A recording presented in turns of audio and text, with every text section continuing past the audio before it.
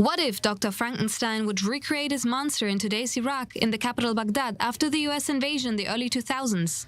What if he builds it out of body parts of war criminals, former allies of dictator Saddam Hussein, people of very different ethnic and religious backgrounds?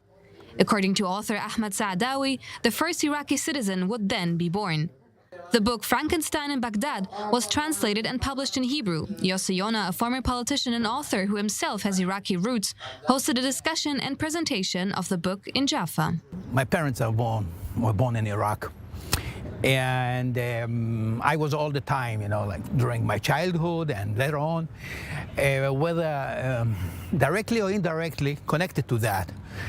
My mom, she had an enormous amount, of Arabic songs, and she would sing and chant.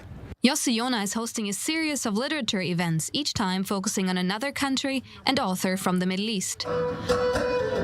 For the event about Iraqi author Ahmad Saadawi's book Frankenstein in Baghdad, he invited experts on Iraq such as Amatzia Bagham and Ronen Zaidel. Zaidel hopes to increase Israeli readers' interest in Iraqi topics. It is set in a place which is called Al-Kharaba Al-Yahudiyya, the Jewish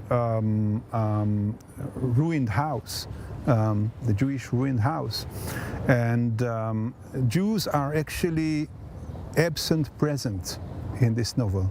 Another expert on Arabic literature is Rawia Barbara. She's an author herself and especially cherishes the Jewish-Arab joint tradition in the Middle East. When I studied Arabic at Haifa University in Arabic, I was taught by Jewish professors from Iraq. And I saw in them broad Iraqi people.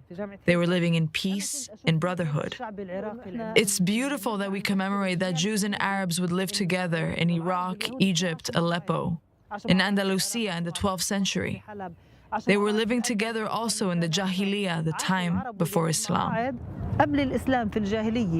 Frankenstein in Baghdad focuses on that pluralism in Iraq, a country that is made up of various different ethnicities and religions. The diversity is its characteristic.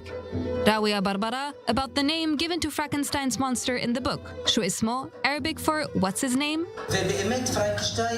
With the Frankenstein creature in the book, they really didn't know what he is. He's comprised of a Sunni, Shiite, Wahhabi, Jew, Christian, Kurd, and whatnot. He represents the entire Iraq, all Iraqis, and this creature went to kill all those who killed Iraqis. Discussing Iraq and Israel is challenging. In May 2022, Iraq passed a law that criminalized any relations with Israel. This also made it difficult for the editors to publish Saadawi's book in Hebrew in the first place. It was a process that took 3 years. Ahmad Saadawi was probably the most courageous author whose book we published, because the main challenge was that the author is still alive, back then in the middle of Baghdad, so it was impossible to speak to him while working on the book. Today, the author does not live in Iraq anymore. He communicates with Ronen Zaidel on a regular basis and is happy that the event about his book is taking place in Jaffa and in Hebrew.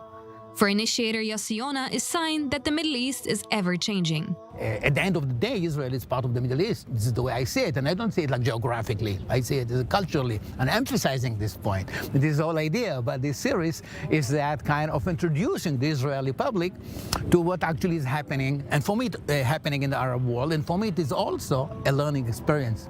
Not only for him, but also for the audience who are already waiting for the next chapter of his literature series.